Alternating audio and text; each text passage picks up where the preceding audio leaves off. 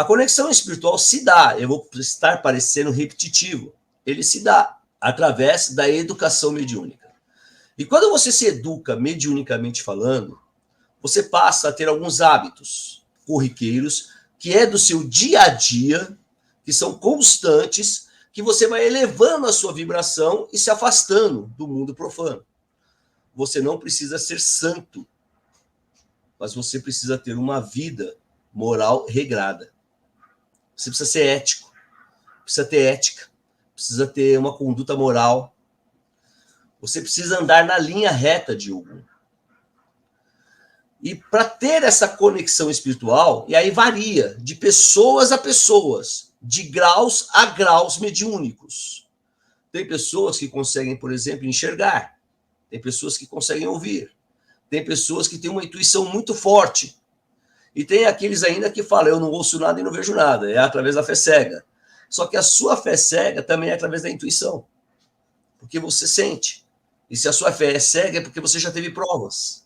Por isso que você acredita cegamente. Cegamente nos guias espirituais. Então, a conexão espiritual, os guias se respondem à medida que você entra em contato com ele. Você sente, você pode sentir através de uma alegria muito forte, uma angústia muito forte. Você pode se sentir um vazio no seu peito, um vazio no seu corpo, um vazio na sua mente, que aí no caso seria a ausência, e você pode sentir uma felicidade imensa, que aí no caso é presença.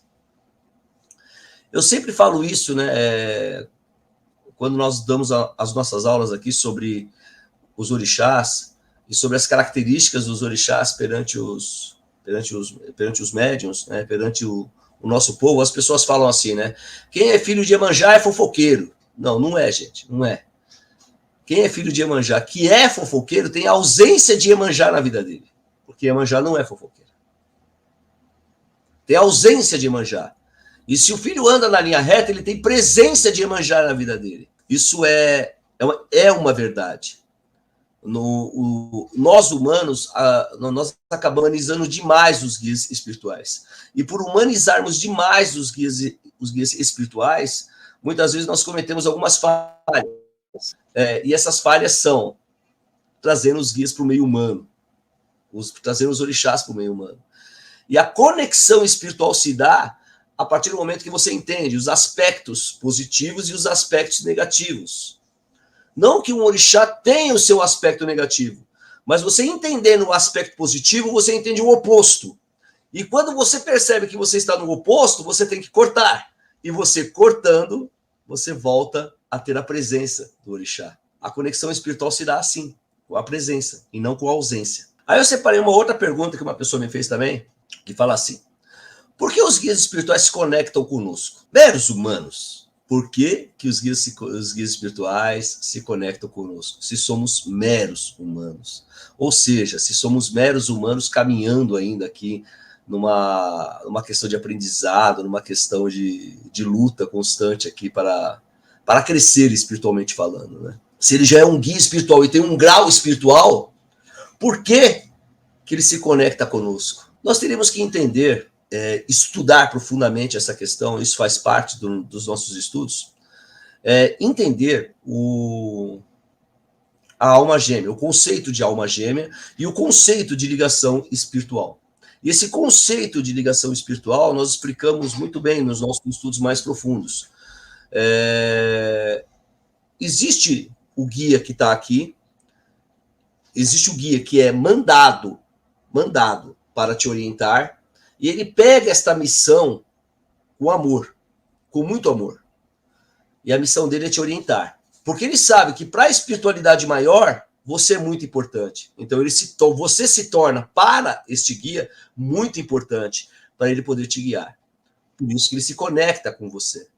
Uma outra questão de conexão é que pode existir, aí entra no conceito de alma gêmea, existe é conceito, gente, não é uma afirmação. Existe esse conceito de alma gêmea, que o guia tem uma ligação com você. E esta ligação com você, ele abaixa a sua vibração para ajudar você a evoluir, a caminhar no mundo terreno, a caminhar durante a sua encarnação, para que a sua caminhada na sua encarnação não seja tão árdua. Então ele se conecta com você por amor. Eu poderia responder só, ele se conecta por a gente pelo amor. Mas para muita gente não basta isso. Precisa explicar, precisa ir profundamente. Então o guia se conecta conosco, nós, meros humanos, por amor. Amor à espiritualidade, por amor a nós mesmos e pela vontade imensa de nos ver crescer espiritualmente falando. Algumas pessoas não conseguem entender essa questão de amor do guia espiritual. Mas um guia ama, um guia chora, um guia fica triste. Ele só não carrega mais sentimentos que não são virtuosos, ou seja, sentimentos de ira, inveja, mágoa. Isso não, mas ele se entristece. Ele pode se entristecer quando ele vê o seu filho, que ele queria muito bem, que não consegue crescer, não consegue alcançar o patamar. Por isso que ele se conecta conosco. Por isso que é importante para um guia espiritual nos ver caminhando em direção à luz. Por isso que é importante para um guia espiritual você ter uma conduta moral e regrada ética. Por isso que é importante para um guia espiritual, às vezes ele até dá bronca, te puxa a orelha, porque ele quer ver você andando direito. E foge ao nosso conhecimento. Talvez ele nos queira tão bem, que ele não nos quer mais ver sofrer, talvez numa outra encarnação. Talvez. Você tem certeza que você não vai mais encarnar? Você tem certeza que você já está pronto para caminhar para a espiritualidade maior? Tem, né? Por isso que é importante sempre nós caminharmos direito, seguirmos a retidão de Pai Ogum.